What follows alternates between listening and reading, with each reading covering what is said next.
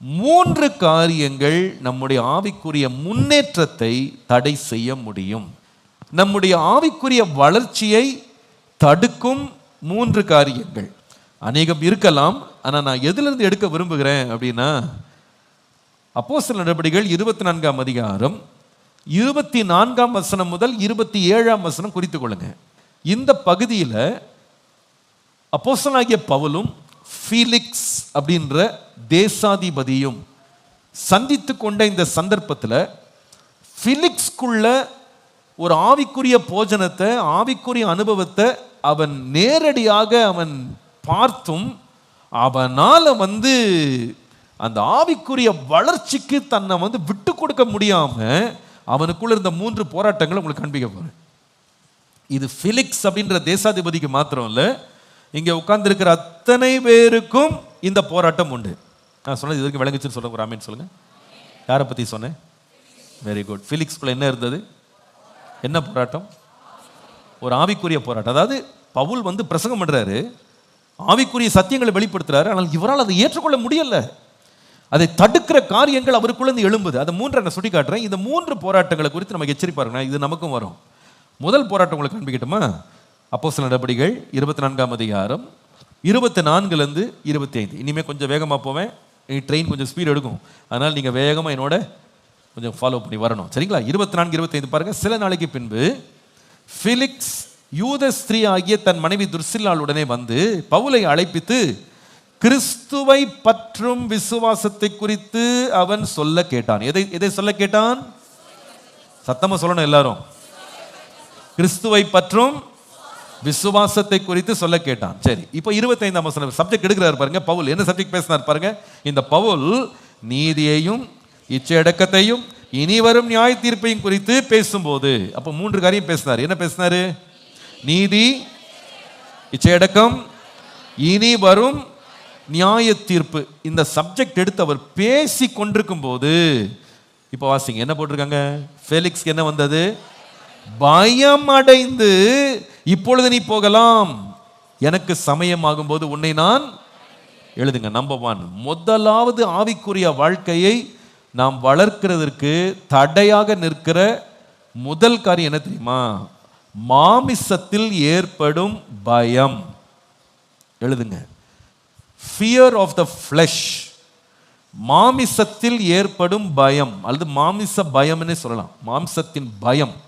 இந்த பயம் ஆவிக்குரிய வாழ்க்கையில நம்ம வளரவோ முன்னேறவோ நாம பெருகவோ நம்முடைய ஆவிக்குரிய வீடு கட்டப்படாம இருக்கிறதுக்கு தடைக்கல்ல என்னன்னு கேட்டீங்கன்னா மாம்சத்திலிருந்து எழும்புகிற ஒரு பயம். பயம் ஃபீலிக்ஸ்குள்ள அந்த பயம் உண்டாயிடுச்சு.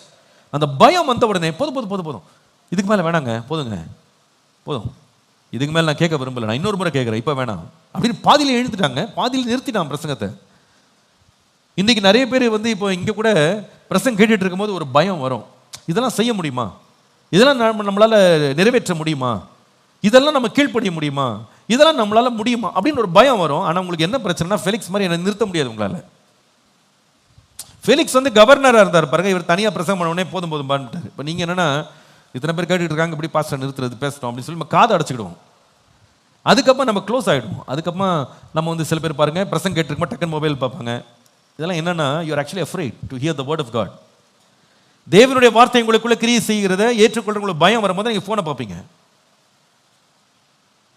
இது நீங்க ஏற்றுக்கொண்டு தான் ஆகணும். இது நீங்க எனக்கு எதிர்த்து நீங்க வேற கருத்து சொல்ல முடியாது. ஏன்னா because you are so afraid to hear the word of God continuously. கர்த்தருடைய வார்த்தையை தொடர்ந்து கேட்க உங்களுக்கு பயம் இருக்கிறதுனால உங்களுடைய கவனத்தை வேற எங்கேயா திருப்பிட்டு நீங்க அதை தவிர்க்க முயற்சி செய்றீங்க. இது ஃபெலிக்ஸ்குள்ளே வந்தது, இந்த பயம். இனஃப் இனஃப் இனஃப், போதும் போதும் போதும், ரொம்ப ஸ்ட்ராங்காக பேசுகிற மாதிரி இருக்குது, நமக்கே நேராக பேசுகிற மாதிரி இருக்குது, இது குத்துற மாதிரி இருக்குது, இது நம்மளை கண்டிக்கிற மாதிரி இருக்குது, இது உணர்த்துற மாதிரி இருக்குது, இது நம்முடைய தவறுகளை சுட்டி காட்டுற மாதிரி இருக்குது. போதும் போதும் போதும், ஐயோ இதுக்கு மேலே கேட்டால் ஒரு மாதிரி பயமாக இருக்குது, எனக்கு இது எப்படி இருக்குமோ தெரியலையே. பயம் பயம் அடைந்து தன்னுடைய ஆவிக்குரிய வாழ்க்கையின் வளர்ச்சிக்காக தேவன் கொடுத்து கொண்டிருந்த சத்தியங்களை நிறுத்தி போட்டான். அப்படியே இந்த பயத்தை பற்றி நீங்க படிப்பீங்கன்னா பைபிளில் இந்த மாதிரி பயந்து போயே கர்த்தருடைய வசனத்தை கேட்காம அல்லது தடுத்து நிறுத்தின அல்லது தங்களையே அடைத்து கொண்ட மனிதர்களை பற்றி வேதத்தில் படிக்க முடியும். உதாரணத்துக்கு சொல்கிறேன், மார்க் எழுதின சுவிசேஷம் 9ஆம் அதிகாரம் 31 32. மார்க் எழுதின சுவிசேஷம் 9ஆம் அதிகாரம் 31 32 பாருங்க. மனுஷகுமாரன் மனுஷர் கையில் ஒப்பு கொடுக்கப்படுவார் என்றும் அவர்கள் அவரை கொன்று போடுவார்கள் என்றும் கொல்லப்பட்டு 3ஆம் நாளிலே உயிர் தெழுந்திருப்பார் என்றும் இயேசு தம்முடைய சீஷர்களுக்கு போதகம் பண்ணி சொல்லி இருந்தார். இயேசு தன்னுடைய முடிவை பற்றி பேசுறார். 32ஆம் வசனம், அவர்களோ, எல்லாரும் வாசிங்க இப்போ, அவர்களோ அந்த வார்த்தையை அறிந்து கொள்ளவில்லை, அதை குறித்து அவரிடத்தில் கேட்கவும் என்ன செய்தாங்க? பயந்தார்கள். கொடுக்கப்பட்ட வசனத்துல இவங்க தெளிவடையாம பாதியில நின்று போனது காரணம் பயம். என்ன கேட்கறது? இதை கேட்டு இதன் வருகிற விளக்கம் நம்ம லைஃபை தொடும்போது நம்மளை ஏதாவது பாதிப்பு உண்டாக்குமா? நமக்கு வருகிற பிரச்சனைகளை நம்ம தெரிந்து கொண்டு இன்னும் பயம் உண்டாயிடுமா? பயந்துட்டு அப்படி நிறுத்திட்டாங்களாம். கேட்கவே இல்லையா, கேள்விகளை கேட்க. பிரியமானவர்களே, நல்ல கவனிங்க. ஆவிக்குரிய வாழ்க்கையில் நாம் முன்னேறாதபடிக்கு நம்மை தடை செய்ய பிசாசு பயன்படுத்துற முதல் ஆயுதம் பயம். ஆனால் வேதம் சொல்லுகிறது, தேவன் நமக்கு என்ன ஆவியை கொடுக்கவில்லை? சத்தமா சொல்லுங்க. பயமுள்ள ஆவியை கொடாமல் அன்பும் பலமும் தெளிந்த புத்தியும் உள்ள ஆவியை நமக்கு கொடுத்திருக்கிறார். வசனம் கேட்கும்போது ரொம்ப பயப்படுறீங்களா? உடனே அதை கடிச்சுக்கணும், கடிச்சு சொல்லணும். கர்த்தர் ஒரு காரியத்தை எனக்கு கற்றுக் கொடுப்பாரானால் அதை நிறைவேற்றும் கர்த்தர் எனக்கு பலன் தருவார். சொல்லுங்க சத்தமா, என்ன செய்வார்? பலன் தருவார். கர்த்தர் ஒரு காரியத்தை உங்களுக்கு வெளிப்படுத்துறாரா, உங்களுக்கு சொல்லிக் கொடுக்குறாரா, அதை செய்யறதுக்கான பலன் தருவார். நீங்க பயப்பட வேண்டிய அவசியமே இல்லை. பாவத்தை குறித்து, நீதியை குறித்து, வரப்போகும் நியாய தீர்ப்பை குறித்து பிரசங்கம் வரும்போது கொஞ்சம் மனசுக்கு ரொம்ப ஹார்டா இருக்கும்போது, பயம் எழும்போது நீங்க சொல்லுங்க, நான் பயப்பட வேண்டிய அவசியம் இல்லை. எனக்கு ஆண்டவர் போதிக்கிறார் என்றால் அந்த போதித்த காரியத்தை எனக்கு நிறைவேற்றும் எனக்கு பலன் தருவார். என்னை பலப்படுத்துகிற கிறிஸ்துவினாலே எல்லாவற்றையும் செய்ய எனக்கு பலன் உண்டு. ஹல்லேலூயா. ஒருவேளை இன்னைக்குள்ள நிலைமையில் நீங்க விசுவாசம் ரொம்ப கம்மியா இருக்கலாம். ஆனா நம்முடைய விசுவாசத்தை வர்த்திக்க பண்ணுகிற ஒரு தேவன் இருக்கிறார். அவர் நம்மை பலப்படுத்துவார். உன்னுடைய பலவீனத்தில் என் பலன் பூரணமாய் விளங்கும், என் கிருபை உனக்கு போதும். அதனால கர்த்தர் ஒரு வசனம் பேசுறாரு, உங்களுக்கு ஒரு காரியத்தை சொல்லி கொடுக்குறாரு, நீங்க பயப்படாதீங்க, பயப்படாதீங்க. அதுக்கு பதிலாக தைரியம் கொள்ளுங்க. கர்த்தர் வெளிப்படுத்திட்டார்னா அதை செய்யறதுக்கு எனக்கு பலன் தருவார், எனக்கு கிருபை தருவார். நிச்சயமா என்னை பலப்படுத்தி கர்த்தர் நிலை நிறுத்துவார். ஹல்லேலூயா, ஹல்லேலூயா. ஒரு பாட்டு பாடிடுவோமா? முதல் பாடல் நம்பர் 1 கொடுங்க. பயப்பட மாட்டேன், நான் பயப்பட மாட்டேன், இயேசு என்னோடு கூட. சேர்ந்து பாடுவோம். பயப்பட மாட்டேன், நான் பயப்பட மாட்டேன், பயப்பட மாட்டேன், நான் பயப்பட மாட்டேன். கரங்களை தட்டி, இயேசு என்னோடு இருப்பதனா, இயேசு என்னோடு. பயப்பட மாட்டேன், நான் பயப்பட மாட்டேன், இயேசு என்னோடு இருப்பதனா. உதவி செய்கிறார், பலன் தருகிறார், உதவி செய்கிறார், பலன் தருகிறார். ஒவ்வொரு நாளும் கூட வருகிறார், ஒவ்வொரு நாளும் கூட வருகிறார். நான் பயப்பட மாட்டேன், பயப்பட மாட்டேன், இயேசு என்னோடு. ஆமென், இயேசு என்னோடு. ஹல்லேலூயா. அப்போ வசனம் கேட்டு ஆவிக்குரிய வாழ்க்கையில் வளரணும் போது பயம் வரும். ஆனா பயத்தை நம்ம என்ன பண்ணணும்? எதிர்த்து போராடணும். ஹல்லேலூயா.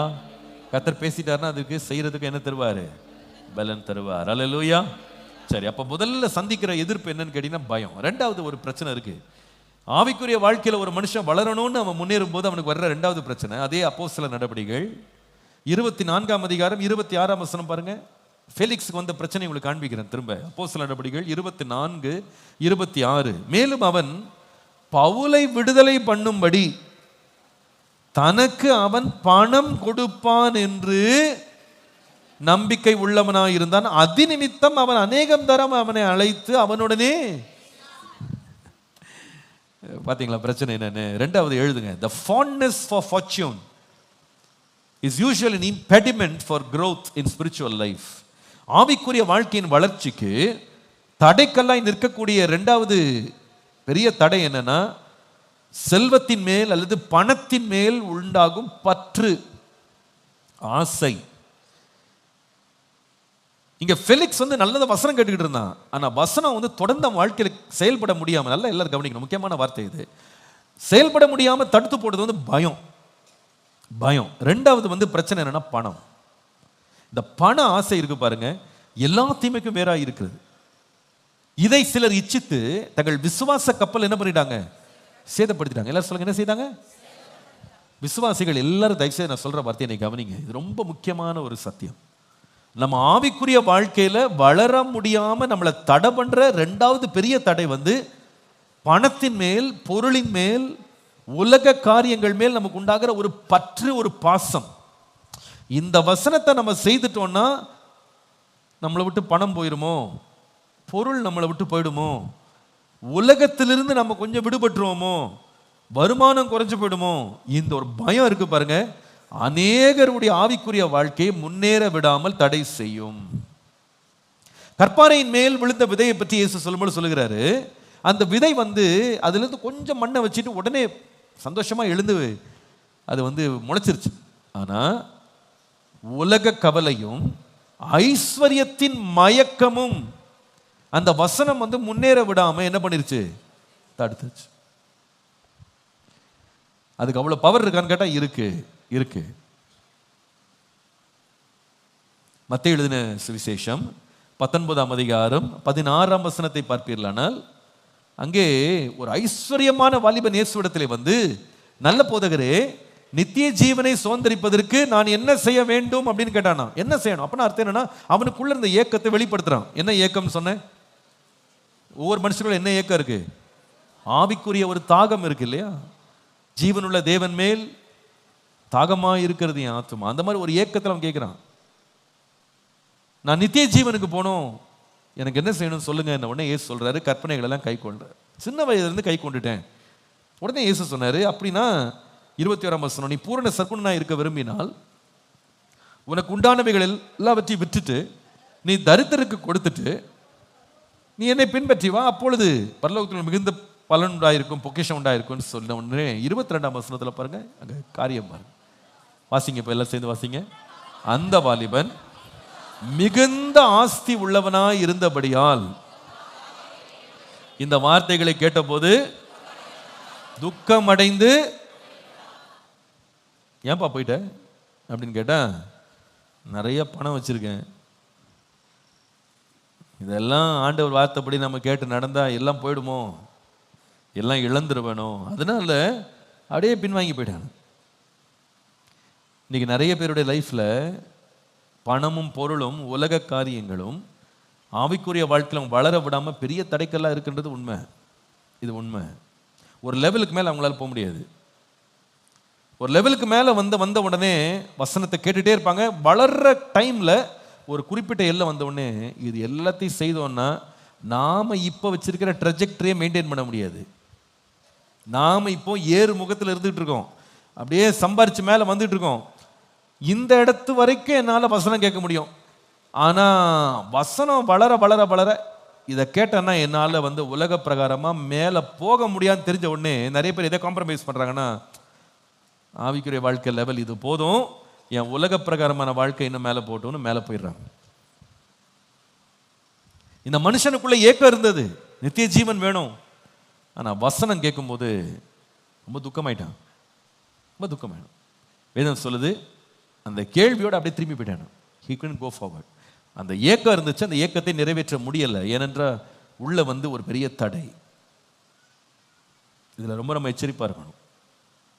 பண ஆசை, பொருளாசை குறித்து நம்ம ரொம்ப கேர்ஃபுல்லா. ஃபீலிக்ஸ் இயேசுவை குறித்த விசுவாசத்தை பற்றி அறிந்து கொண்டு கூப்பிட்டாங்க, பிரசங்கம் பண்ணிட்டாரு. பிரசங்கம் ரொம்ப அருமையா இருந்துச்சுங்க. ஆனா அவன் பயந்துட்டான் முதல்ல. ரெண்டாவது, பிரசங்கத்தை கேட்டு முடிச்சவன அவனுக்குள்ள ஒரு ஆசை வந்துச்சான், இந்த கைதியை வச்சு நம்ம எதாவது சம்பாதிக்கலாமா, லஞ்சம் கொடுத்தா நம்ம ரிலீஸ் பண்ணலாம்னு சொல்லிட்டு இவன் பணத்தை விரும்ப ஆரம்பிச்சிட்டான். நல்லா கவனிங்க, இன்னைக்கு நிறைய விசுவாசம், எல்லாரும் கவனிங்க தயவு செய்து, எல்லாரும் பாருங்க, நிறைய விசுவாசிகளுக்கு இந்த பிரச்சனை இருக்கு. சர்ச்சுக்கு வந்துடுறாங்க, காலைல கிளம்பி வசனம் கேட்குறாங்க, நோட்ஸ் எடுக்கிறாங்க. ஆனால் பிரசங்கம் முடிகிற வரைக்கும் அவங்களுக்குள்ள என்ன ஏக்கம் நிறைய பேருக்கு இருக்கு அப்படின்னா, இன்றைக்கு ஆண்டவர் என்னுடைய உலக பிரகாரமான ஆசீர்வாதத்துக்கு ஏதாவது வாக்குத்தத்தம் கொடுப்பாரா, நான் உள்ள வந்ததை விட நான் வெளியே போகும்போது இன்னும் நான் செழிப்பா இருப்பேன், ஆசீர்வாதமா இருப்பேன், உலக லெவல்ல நான் இன்னும் பெரியவனா வருவேன்ற மாதிரி ஏதாவது வாக்குத்தத்தம் ஆலோசனை நீ கிடைக்குமா அப்படின்னு வெயிட் பண்றாங்க. கிடைச்சா சந்தோஷமா போவாங்க, கிடைக்கலன்னா ரொம்ப துக்கமா போயிடுவாங்க. 1 hour உட்காந்து என்ன பிரயோஜனம்? வெறும் ஆவிக்குரிய வாழ்க்கை ஆவிக்குரிய வாழ்க்கை ஆவிக்குரிய வாழ்க்கைனா என்னங்க? நீ இதை வாங்குவாய், இதை கட்டுவாய், எழுப்புவாய், நாட்டுவாய், கனி சாப்பிடுவாய், புசிப்பாய், எழும்புவாய், உடுத்துவாய் எல்லாம் சொன்னா கொஞ்சம் நல்லா இருக்கும், குதூகலமா இருக்கும், ஒரு அல்லேலூயா சொல்லலாம். இவர் என்ன ஒரே ஸ்பிரிச்சுவல்னே போயிட்டே இருக்காரு. பாதியிலே டைரி மூடிடும், போதும் போ, என்ன இதே தான், இதே ஆவிக்குரிய வாழ்க்கை, என்ன ஆவிக்குரிய வாழ்க்கை. அவங்களுக்கு பாதியிலே அவங்களுக்கு இன்ட்ரெஸ்ட் போயிடும். அந்த டைரியில் நோட்ஸ் பார்த்தீங்கன்னா அந்த பாதி தான் இருக்கும், அதுக்கு மேலே எல்லாம் பிளாங்க் தான். அந்த இன்ட்ரெஸ்ட் போயிடும், பின்னாடி ரிவர்ஸில் போயிடுவாங்க. போதுங்க, சும்மா ஆவிக்குரிய வாழ்க்கை ஜபம் போதும். ஏதாவது நல்ல ஒரு உற்சாகமாக ஒரு வாக்கு தத்தம் கொடுத்தா நல்லாயிருக்கும். என்ன வாக்கு தத்தம்? நீ கோடா கோடியாய் பெருகுவா, அல்லேலூயா. உடனே தூங்குற நாள்லாம் எழுச்சிருவாங்க, பிரம்படன் எல்லாம் எழுச்சி ஒரே கை தட்டி ஆரவாரமாக ஆர்ப்பாட்டமாயிரும். ஏன் தெரியுமா? ஆவிக்குரிய வாழ்க்கையில முன்னேறணும்னு நம்ம நினைக்கும் போது நம்மை தடை பண்றது என்னது? உலக கவலை, ஐஸ்வர்யத்தின் மயக்கம். ஃபெலிக்ஸ் வந்து கேட்கறதுக்கு வந்துட்டான், ஆனா பிரசங்கத்துக்கு பாதியில கூட அவனால் சர்வைவ் பண்ண முடியல. ஏன்னா ஏதாவது கொடுக்க மாட்டானா? இன்னொரு காரியம், 3வது காரியம் எழுதுங்க.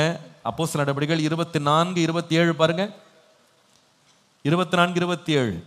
2 வருஷம் சென்ற பின்பு ஃபெலிக்ஸ் என்பவனுக்கு பதிலாய் பொர்கியு பெஸ்து தேசாதிபதியாக வந்தான். அப்பொழுது ஃபெலிக்ஸ், வாசிங்கப்போம், அப்பொழுது ஃபெலிக்ஸ் யூதருக்கு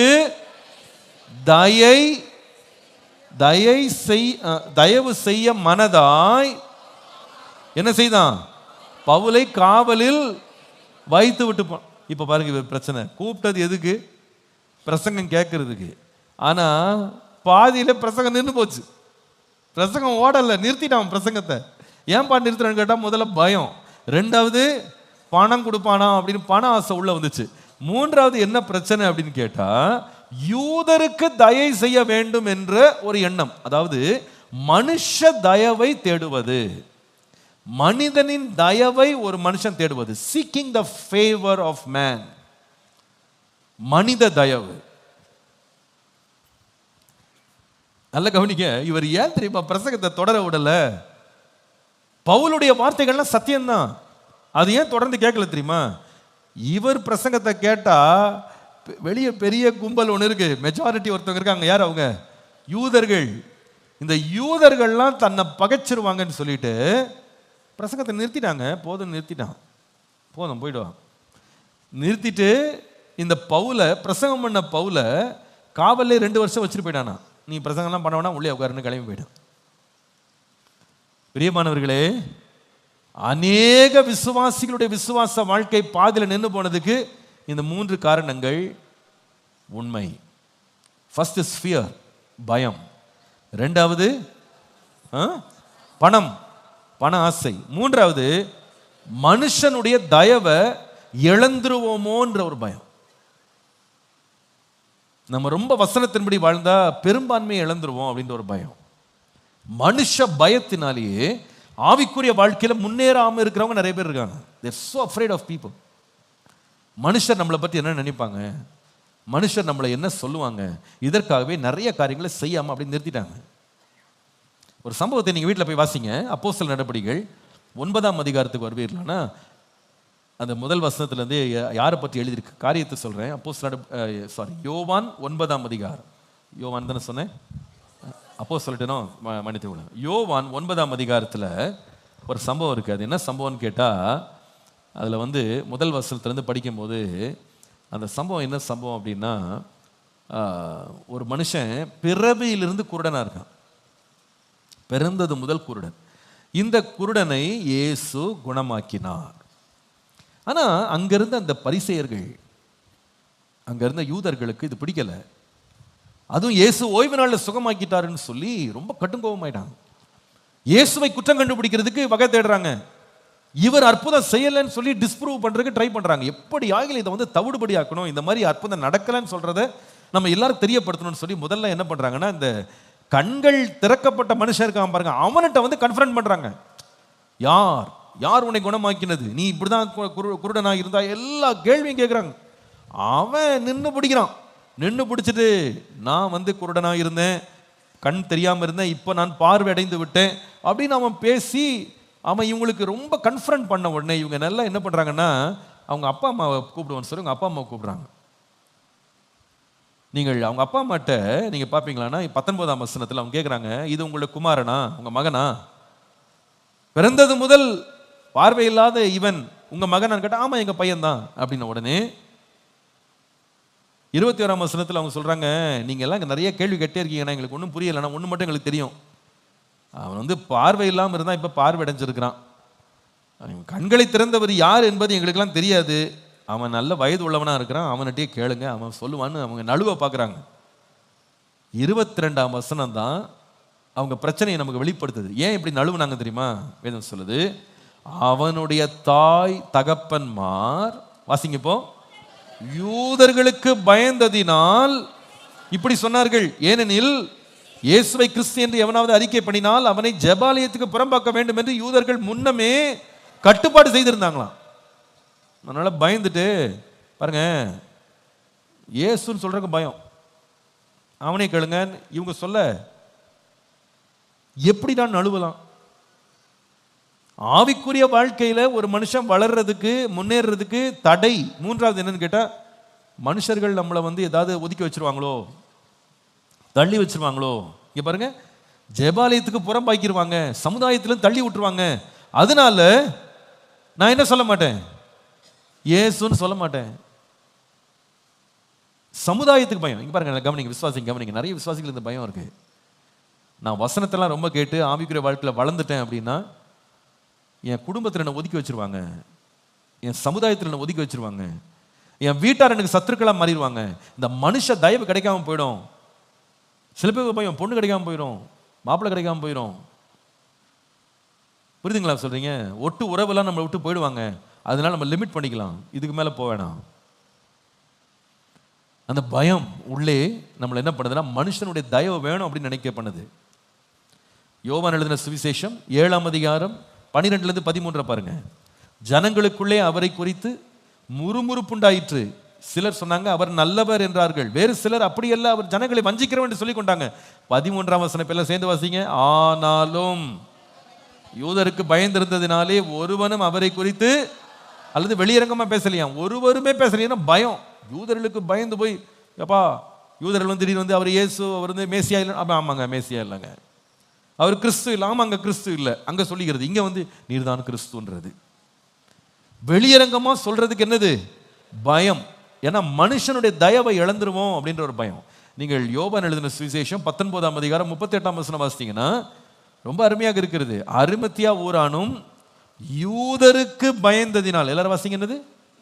யூதருக்கு பயந்ததினால் இயேசுவுக்கு அந்தரங்க சீஷனுமாய் இருந்த யோசேப்பு. இவர் சீஷன் தான், ஆனா ஏன் அந்தரங்க சீஷனா மாறிட்டாருன்னா, யாருக்கு பயந்தாரு? ஜனங்களுக்கு பயம். ஐயோ ஐயோ, நம்ம இப்படி செய்யறோம், இப்படி போறோம், இப்படி பின்பற்றோம் அப்படின்னா நம்மளை ஒதுக்கி வச்சிருவாங்க, நம்மளை ஓரம் கட்டிடுவாங்க, நம்மளை பெண்ணுக்கு தள்ளிடுவாங்க, நம்மளை அவமானப்படுத்திடுவாங்க, நமக்கு வர வேண்டியதை கொடுக்காம போயிடுவாங்க, சமுதாயத்தில் நமக்கு அந்தஸ்து போயிடும். அதனால இயேசுவை பற்றி ரொம்ப பகிரங்கமாலாம் பேச வேணாம், உள்ளே வச்சுக்கலாம். ஆவிக்குரிய வாழ்க்கையின் வளர்ச்சியை தடுப்பு 3 காரியங்கள் சொல்லுங்க இப்போ. முதலாவது பயம், மாம்சத்தில் உண்டாகும் பயம். இரண்டாவது பண ஆசை அல்லது பொருள் ஆசை. இரண்டாவது மனுஷனுடைய தயவை வேண்டி நிற்பது.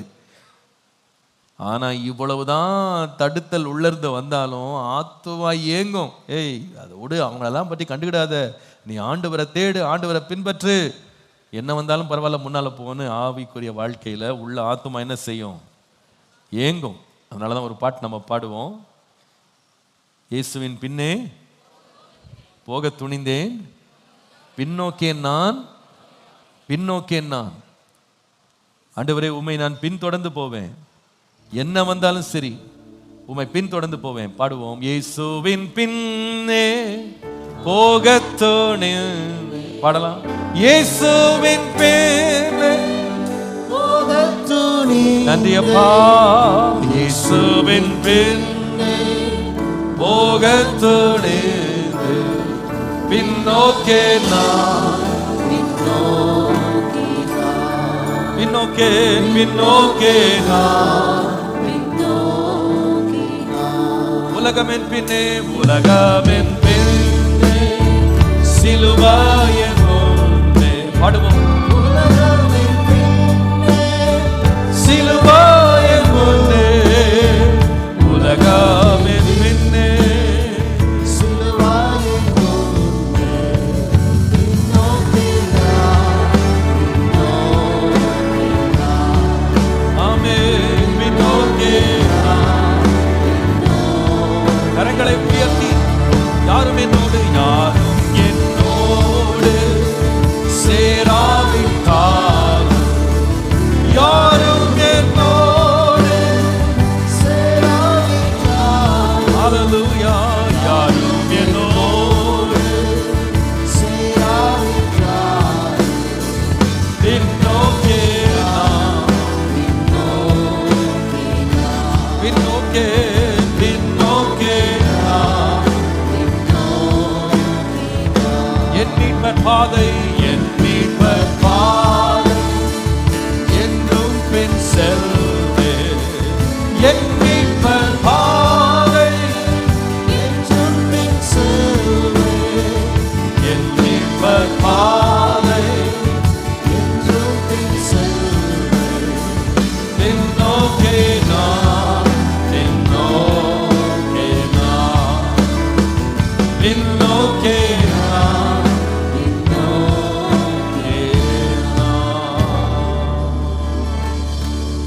ஹல்லேலூயா. இதோட செய்தியை முடிச்சிடலான்னு இருக்கேன்னா நான் அடுத்த பகுதி போனேன்னா I will not be able to two justice to my teaching.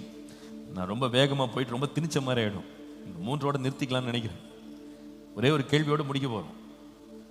ஆத்துமா ஏங்குது வளரணும்னு, வளருதா? வளர விடுறோமா? ஆவிக்குரிய மாளிகையாய் நம்முடைய வீடு கட்டப்படுகிறதா? இன்றைக்கு ஆண்டவர் நிதானிக்கிற கிருபையை கர்த்தர் தருவாரா? ஒரு தெளிந்த மனதை கர்த்தர் தருவாரா? தேவன் பேசுற ஏதாவது ஒரு காரியத்தை பயத்தினாலேயே செய்யாம உட்கார்ந்திருக்கேனா? ஆவிக்குரிய வாழ்க்கை கர்த்தர் என்னை எழுப்பும் போது பயந்து பயந்தே நான் பின்வாங்கி நிற்கிறேனா? ஆபிரகாமை குறித்து படிக்கிறோம். வாக்குத்தத்தம் பண்ணினவர் உண்மை உள்ளவர் என்று அவன் விசுவாசித்தான். கொஞ்சம் கூட சந்தேகப்படவே இல்லை. தன்னுடைய மகனை பலியிடுறது கூட அவன் பயப்படவே இல்லை. ஏன் பயப்படல அப்படின்னு கேட்டா, தேவனோடு நடக்கிற ஒரு சிநேகிதனாக அவன் இருந்தான்.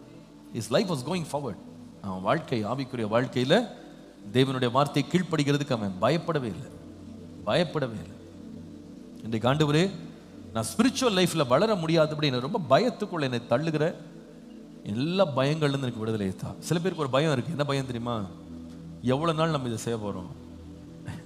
எவ்வளோ நாள் இதை செய்ய முடியும்? பாதியில் பின் வாங்கிட்டா என்ன பண்ணுறது? எல்லாரும் கேட்பாங்க.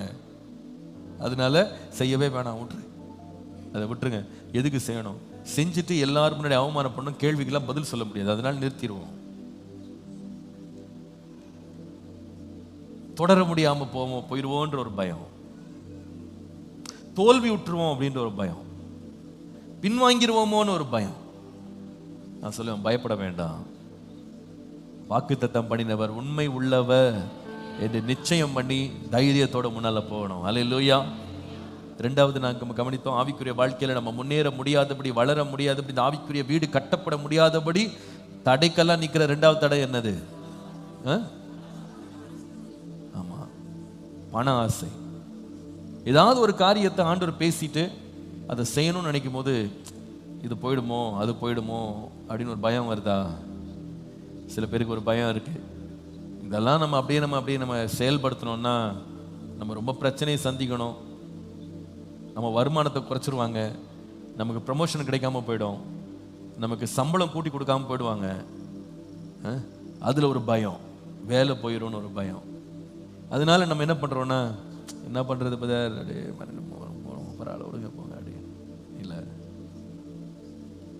சில பேருக்கு நல்லா தெரியும் இதெல்லாம் நம்ம செய்தோம்னா நிறைய நஷ்டங்கள் நமக்கு பொருளாதார ரீதியில் வரும் அப்படின்னு தெரிஞ்ச உடனே சரி விடுங்க, அதெல்லாம் அப்படி தான் சொல்லுவாங்க, பாஸ்ட் அப்படி தான் பேசுவார், நம்ம செய்கிறத செஞ்சுக்கிட்டே இருக்கும்.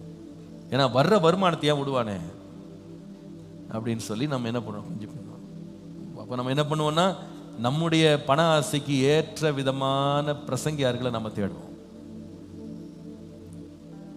தங்களுடைய இச்சைகளை நிறைவேற்றும்படி செவித்தின உள்ளவர்களாகி தங்க மாம்ச இச்சைக்கு ஏற்ற போதகர்களை திரளாய் சேர்த்துக் கொள்வார். அப்போ இந்த மாதிரி ப்ராஸ்பரிட்டி ப்ரீச்சிங்ன்றாங்கல்ல, அந்த மாதிரி பிரசங்கங்கள் எல்லாம் ஏன் கேட்க அப்படியே ஓடிடுவாங்கன்னு கேட்டால் கஷ்டமாக இருக்குங்க இந்த மாதிரி பிரசங்கம்லாம். அதனால் பிரசங்கம்தான் இது கூட நல்லா இருக்குது அப்படின்னு அப்படி தாவுறது. ஏன்னா இதை விட்டு கொடுக்க முடியாதுல்ல, என்ன இருந்தாலும் இது ரொம்ப முக்கியம் நமக்கு அப்படி. மூன்றாவது மனுஷ பயம். என் சொந்தக்காரெல்லாம் என்ன கேள்வி கேட்பான்னு தெரியல, எப்படி பதில் சொல்கிறதுன்னு எனக்கு தெரியலை, ஊர் என்ன சொல்லுன்னு எனக்கு தெரியலை, ரொம்ப பயமாக இருக்குது. அந்த சொந்தக்காரனுக்காக பயந்து பயந்து பயந்து அநேக ஆவிக்குரிய முன்னேற்றங்களை நம்ம தடுக்கிறோம். ஆனால் ஆவியானவருக்கு பேசுகிறாரு, நீங்கள் ஆவிக்குரிய மாளிகையாக நீங்கள் என்ன செய்யப்படணும்? கட்டப்பட வேண்டும். பிரியமானவனே, உன் ஆத்துமா வாழ்வது போல நீ எல்லாவற்றிலையும் வாழ்ந்து சுகமாக இருக்க வேண்டும் என்று நான் வேண்டுகிறேன். ஒரு வசனத்தோட முடிக்க போகிறோம். 1 பேதுரு 2ஆம் அதிகாரம் 4-5 ஆரம்பத்தில் வாசித்தோம். அதே வசனத்தை திரும்ப வாசிக்க போகிறோம். வாசிங்க. 1 பேதுரு 2ஆம் அதிகாரம் 4ஆம் வசனத்தை வாசிக்கலாமா? வாசிப்போம். மனுஷரால் தள்ளப்பட்டதாயினும் தேவனால் தெரிந்து கொள்ளப்பட்டதும் விலையேற பெற்றதுமாயிருக்கிற ஜீவனுள்ள கல்லாகிய அவரிடத்தில் சேர்ந்தவர்களாகிய நீங்களும் ஜீவனுள்ள கற்களை போல ஆவிக்கேற்ற மாளிகையாகவும் இயேசு கிறிஸ்து மூலமாய் தேவனுக்கு பிரியமான ஆவிக்கேற்ற பலிகளை செலுத்தும்படிக்கு பரிசுத்த ஆசாரிய கூட்டமாக. அல்லேலூயா.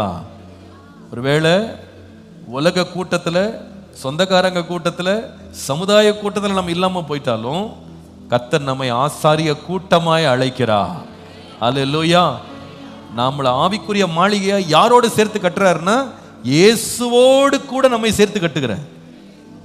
ஏனென்றா அவர் தான் யாருன்னா வெளியேற பெற்ற ஜீவனுள்ள கல் அவர் தான். அந்த கல்லோடு வேதம் சொல்லுது, இயேசு கிறிஸ்து மூலமாய் நாமும் கட்டப்படுறோம். எதற்காகன்னு கேட்டா ஆவிக்கேற்ற பலிகளை செலுத்துகிற ஆசாரியர்களாய் நாம் மாறணும். ஆண்டவர் நம்ம சும்மா கட்டலை, அவருக்கு முன்பாக அவரால் தெரிந்து கொள்ளப்பட்ட ஆசாரியர்களாய் நாம் ஆவிக்குரிய மாளிகை கட்டி எழுப்ப, தேவனுக்கு பலிகளை செலுத்த கர்த்தர் நம்மை தம்மண்டை இழுக்கிறார். அல்லேலூயா. அன்றைக்கு பாருங்க, பழைய ஏற்பாட்டில் ஆசரிப்பு கூடாரம் இருந்தது. அந்த ஆசரிப்பு கூடாரத்துக்குள்ள எல்லாரும் ஓடிட முடியாது, எல்லாரும் உள்ள போக முடியாது, ஜனங்கள் எல்லாம் புது ஜனங்கள்லாம் உள்ள போக முடியாது. கர்த்தரண்டை சேரணும் அப்படின்னா அவருக்கென்று பிரித்தெடுக்கப்பட்ட பலிகளை செலுத்துகிற ஆசாரியர்கள் மட்டும்தான் நெருங்கி போக முடியும். அவங்க மட்டும்தான், மற்றவங்கெல்லாம் உள்ள போக முடியாது. புதிய ஏற்பாட்டில் சொல்றாரு, உங்களையும் ஆண்டவர் ஆவிக்குரிய பலிகளை செலுத்துவதற்கு உங்களை ஆசாரிய கூட்டமாக மாத்துறாரு. எப்போ தெரியுமா? ஆவிக்குரிய மாளிகையா நாம கட்டப்படுறதுக்கு நம்ம இடம் கொடுப்போமானா நம்மளை வெளிப்பிரகாரத்தில் அல்ல, உள்பிரகாரத்தில் தம்மண்டை இழுத்துக்கொள்ள தேவன் விரும்புகிறார். இந்த காலையில் ஆண்டவரே, நான் வளரணும். எதுக்கு? நான் உம்மண்டை நான் சேரணும், உம்மோடு நான் நிற்கணும், உமக்கு ஊழியம் செய்யணும், உம்முடைய ஆசாரியனாக ஆவிக்குரிய பலிகளை நான் ஏறெடுப்பதற்கு என்னை உம்மண்டை இழுத்துக்கொள்ளுன்னு கேட்கும். கர்த்தர் நம்ம இன்னைக்கு இழுத்துக்கொள்வாராங்க. நம்முடைய ஸ்பிரிச்சுவல் லைஃப் ஸ்டாக்னட்டாக இருக்கக்கூடாது, இப்படி போகக்கூடாது. சில பேர் இப்படி போனவங்க பாதியில் அப்படி நின்றுட்டாங்க, கிராஃப் அப்படி நின்றுடுச்சு. சில பேர் போயிட்டு இருந்தவங்க அப்படியே பின்னாடி போயிட்டாங்க. எல்லாம் டவுன்ஃபால். நம்ம வாழ்க்கை அப்படி இருக்கக்கூடாது, வளரணும் ஆண்டவரே. அந்த வளர்றது தடையாக இருக்கிற பயம், மாம்ச பயம், 2வது பண ஆசை, 3வது மனுஷ தயவின் மேல் உள்ள வாஞ்சை, இதெல்லாம் என்னை விட்டு எடுத்து போட்டு ஃபேலிக்ஸ் மாதிரி போதும்னு சொல்லாம இன்னும் என்னை கிட்ட இழுத்துக்கொள்ளுன்னு கேட்போம். எத்தனை பேர் ஆவிக்குரிய வாழ்க்கையில நான் வளரணும், இன்னும் கட்டப்படணும்னு விரும்புறவங்க கரங்களை உயர்த்துங்க பாப்போம். ஹல்லேலூயா. இப்போ நம்ம என்ன சொல்ல வர்றோம்? என்ன சொல்றோம்? உள்ள ஏக்கமா இருக்குங்க, என்ன கர்த்தரண்ட சேரணும். அவருடைய அன்பு நம்மளை நெருக்கி ஏவுது. இயேசுவை மாத்திரம் ஒருத்தங்க பார்த்துட்டாங்க, பின்பற்றிட்டாங்க அப்படின்னா அவங்க தூரமாக போகணுன்னே மனசு வராது, இன்னும் பக்கத்தில் போகணும். அவருடைய உபதேசங்கள் சிலது கடினமாக இருக்கும், பாதை கஷ்டமாக இருக்கும், கொஞ்சம் உபத்திரவங்கள் இருக்கும். ஆனால் பவுல் சொல்லுகிறார், இயேசு கிறிஸ்துவின் அன்பை விட்டு என்னை பிரிப்பவன் யார்? உலகம், மாமிசம், நாசம், மோசம், பட்டயம், பட்டினி ஒன்றுமே என்னை அவரை விட்டு பிரிக்க முடியாது. இன்றைய காலையில வந்திருக்கிற தேவனுடைய பிள்ளைகள் ஒரு பெரிய ஏக்கத்தோடு நீங்க வந்திருக்கலாம். நான் இன்னும் ஆண்டவர் தெரிஞ்சுக்கணும், இன்னும் நான் பாஸ்டர் சமீபமாக இந்த மாதிரி ஒரு வாஞ்சை எனக்குள்ள ஆண்டவர் தந்திருக்கிறாரு, நான் இன்னும் கட்டப்படணும், இன்னும் என் பர்சனல் லைஃப்ல ஸ்பிரிச்சுவலா நான் வளரணும் அப்படின்னு ஒரு ஆசையை கர்த்தர் எனக்குள்ள உண்டாக்கி இருக்கிறார் சொல்றவங்களாம் ஒரு கரங்களை உயர்த்துங்க பார்ப்போம்.